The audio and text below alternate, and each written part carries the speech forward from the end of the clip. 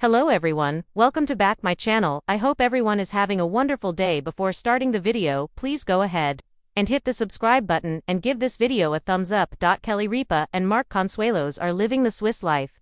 The talk show host couple spoke about their recent travels during the July 1st episode of Live with Kelly and Mark. Ripa, 53, revealed that it was their first time in Switzerland, calling it so lovely. The stars went to Geneva to see their 23-year-old daughter, Lola, who they say goes there quite a bit. I totally get it. Ripa added. Lola is living in London and has a British boyfriend, her parents previously revealed.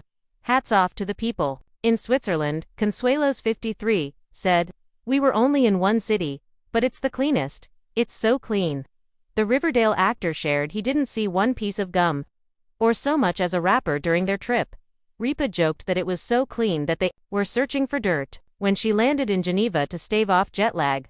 Ripa said she walked for 10 miles around Lake Geneva and took herself to some of the local sites that she knew her husband and daughter wouldn't join her for because they'd be too embarrassed about looking like a tourist.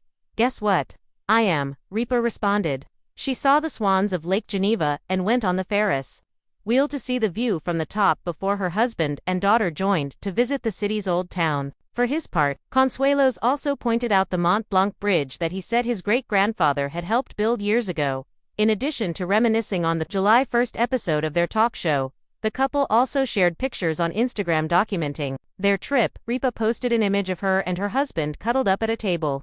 "We are Switzerland, baby," she wrote. Consuelos, meanwhile, shared a carousel of pictures captioned "Swiss life, merci beaucoup, Geneva." In one picture, the All My Children actor can be seen driving a boat. In another image, he poses shirtless with his arms raised up. Other highlights included a selfie of Ripa and their daughter, Lola, a couple of outfit pictures of Ripa's vacation style, and a picture with the Ferris wheel Ripa rode in the background. This isn't the first time Ripa and Consuelos shared snapshots from their vacation with their followers. The couple previously visited Morocco in April, calling their trip a magical weekend. In February, they went to Iceland for some adult-onset adventuring, and went on a beach vacation in January, joking they were enjoying one last swim in the winter. When your daughter lives in Switzerland, known for its impossibly scenic Alps, chocolate that borders on spiritual, and trains that run with celestial precision, visiting her becomes more than a family trip. It turns into a cinematic adventure. That's exactly what happened when Kelly Ripa and Mark Consuelos decided to fly across the Atlantic to visit their daughter, Lola, who, as Kelly puts it, goes to Switzerland quite a bit. What started as a casual comment during an episode of Live with Kelly and Mark, "Lola's in Switzerland again.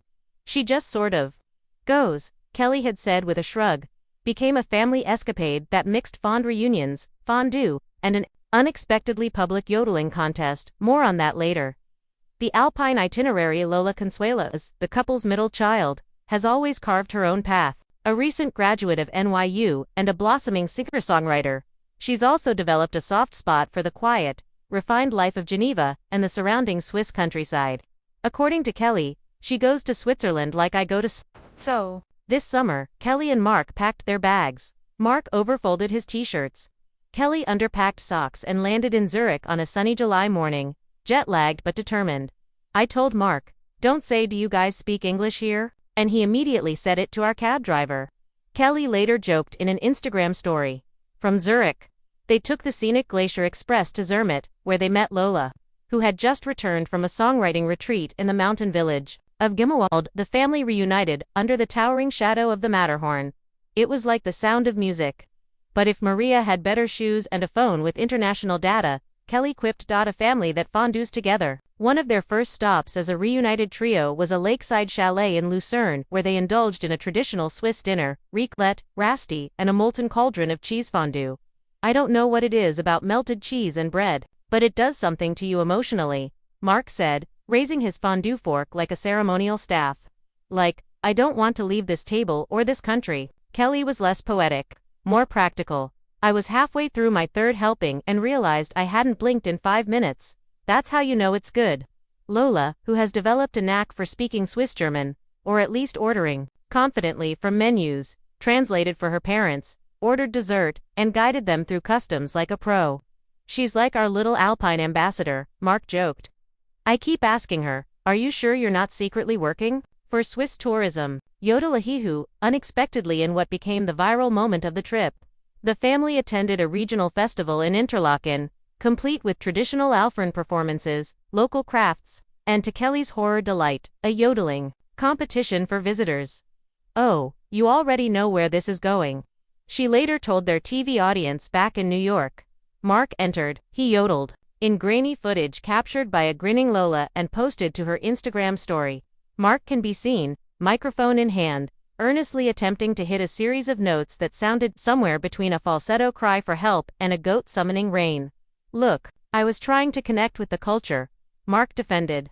"I watched 3 YouTube tutorials before we left." He did not win, but he did get a commemorative wooden cowbell engraved with the words "Brave Attempt." It now sits proudly on the Consuelos kitchen shelf, between the peaks and the peace.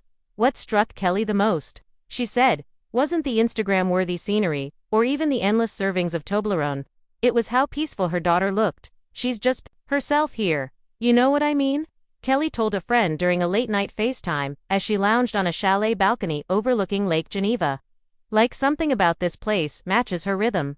And as a mom, it's kind of the best thing to see," Mark agreed. "She's always been independent, even as a kid, but seeing her here, you realize she's really grown into who she is, and she's happy. That's all you want."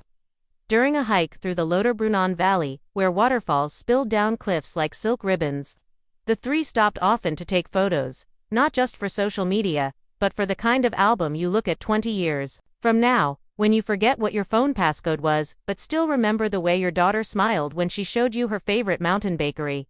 Lola's Swiss life, a bit of mystery.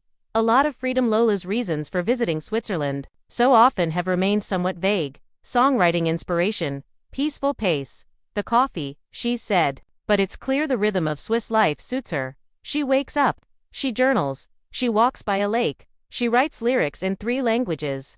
Then she sends me a selfie with a goat. Kelly laughed. "I mean, same, but different."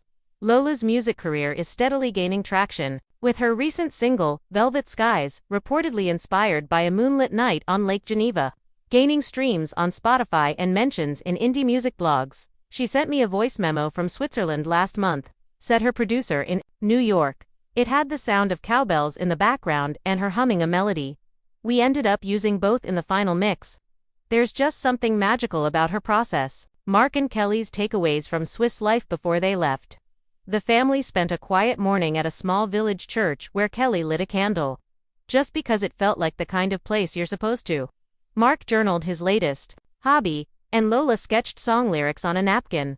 Later that day, the 3 of them sat at a cafe in Montreux, watching the sun dip behind the Alps.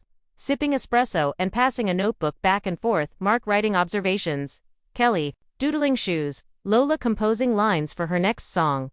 "It was this quiet, perfect little moment," Mark said. "No phones, no agenda, just the 3 of us being." "I'll remember that." Kelly nodded. "There's a stillness here, a calm. I think we're going to start importing that back home. Maybe not the yodeling though. Back to the States." But not without plans. The trip ended with a slow train ride back to Zurich and a promise from Kelly and Mark to return. "She has a whole life here, friends. Favorite cafes, a dry cleaner who knows her by name. I mean, I barely have that in New York," Kelly said. Back on U.S. soil, the couple returned to their live hosting duties refreshed, sun-kissed and about 5 pounds heavier thanks to the cheese and chocolate. "I told Mark we need to do our next show from a cable car in the Alps," Kelly joked. "He said only if it has Wi-Fi." Lola, for her part, remains in Switzerland for a bit longer, as she coyly put it on Instagram. Rumors are swirling that she may be collaborating with a Swiss artist on her next album, and possibly even eyeing a short-term move. When asked if they were worried about Lola relocating permanently, Kelly said, "Not worried, proud. She's finding her space in the world. And if that space happens to have snow-capped mountains and trilingual waiters, then more power to her." Mark nodded. "And hey, it gives us an excuse to go back. Next time, I'm entering the Alfren competition." Kelly looked alarmed. "Next time, I'm packing earplugs."